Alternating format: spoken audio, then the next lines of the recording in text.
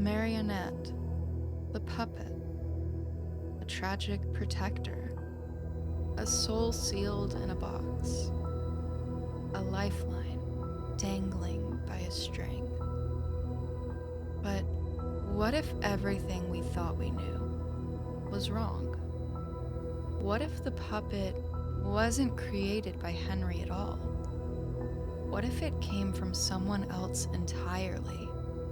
Someone like Edwin?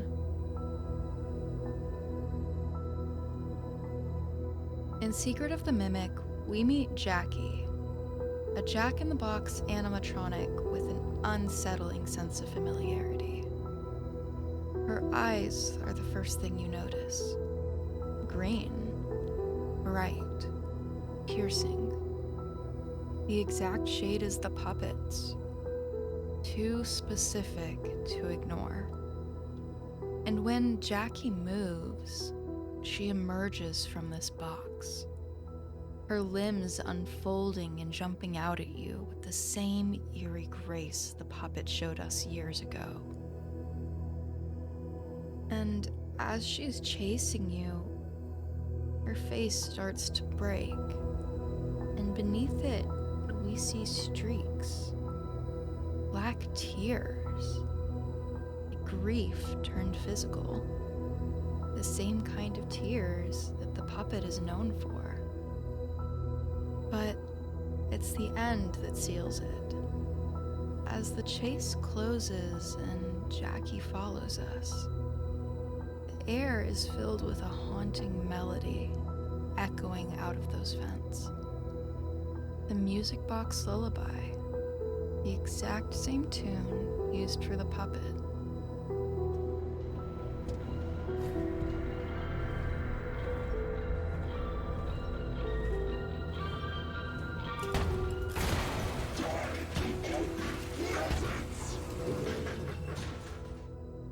Now, these aren't just coincidences. Jackie isn't inspired by the puppet. She is the puppet, or at least an early version of it.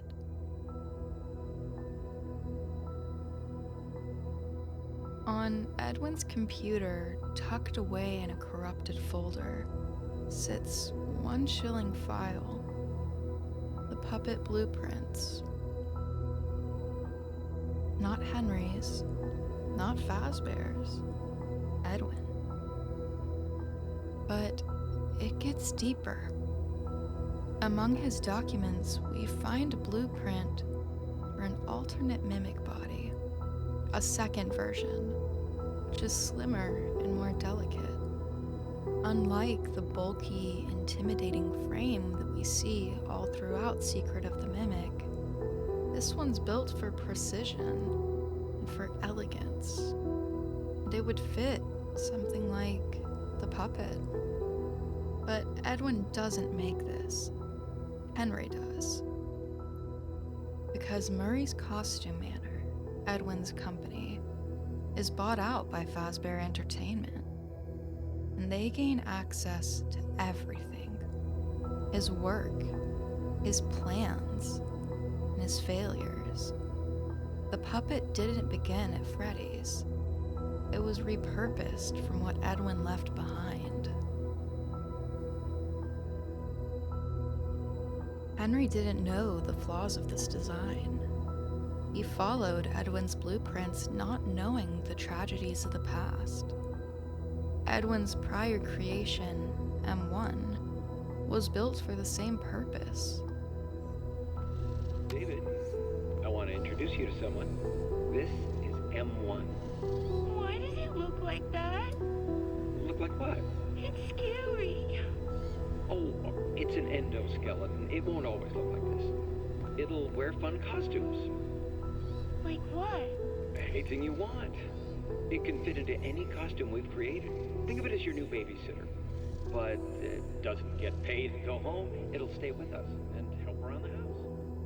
To watch over his son, David, a mechanical protector. But something went wrong, and David died. And M1, the machine that should have saved him, failed. And years later, another child dies, Charlie, and her protector, the puppet. Both meant to guard, but both powerless when it mattered most. And the cycle repeats. Different children, different tragedies, but one pattern and one designer, Edwin.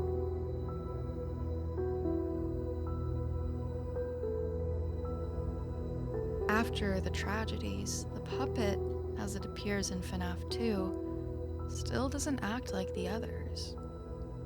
The rest of the animatronics roam freely, patrolling and lunging, but not the puppet.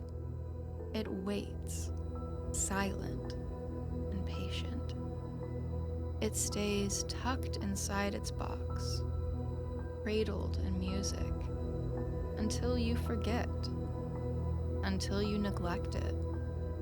And then it rises.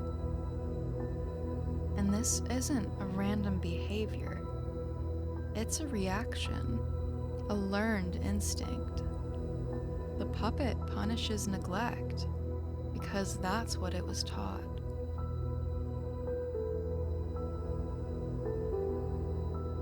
In the character encyclopedia, on the puppet's page, we can see that it's in security breach. But where? Everywhere. Throughout the arcade, we can see wires that are slithering and hanging like limbs, mirroring the puppet's own. And the Nightmare-own plushes, distorted echoes of the puppet, are scattered in corners like forgotten relics.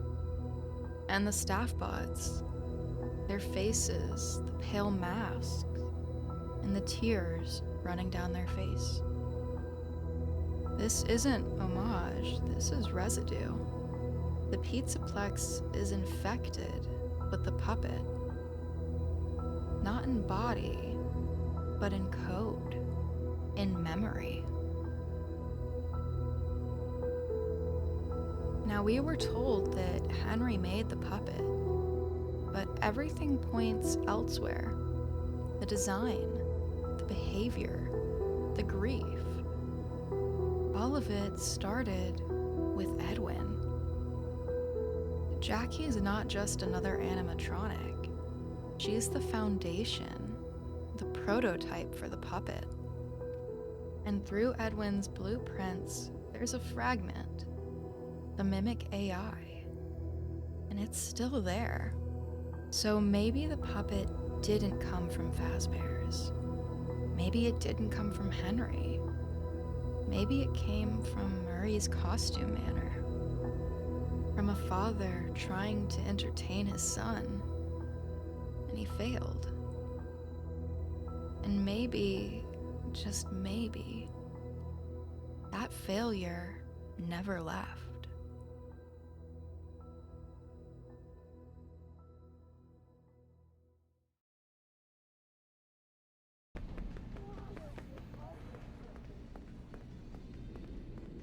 If you've made it this far in the video, I just want to say thank you. Seriously, the support on these videos has been amazing, and I'm so grateful to everyone who's liked, commented, and subscribed so far. This channel started as me just wanting to share my silly ideas I had about FNaF, and I honestly didn't even think I'd hit 5 subscribers. But somehow you found these videos, and you watched, you commented, and you subscribed. And while I might not be at a huge number yet, I'm genuinely grateful for every single one of you, and I don't care if I do reach a huge number. So if you've been enjoying these theories, and you want to keep digging deeper into the weird corners of the story with me, go ahead and hit that like button, and maybe share a theory you'd like me to explore. So from the bottom of my heart, thank you for watching, and I'll see you next time.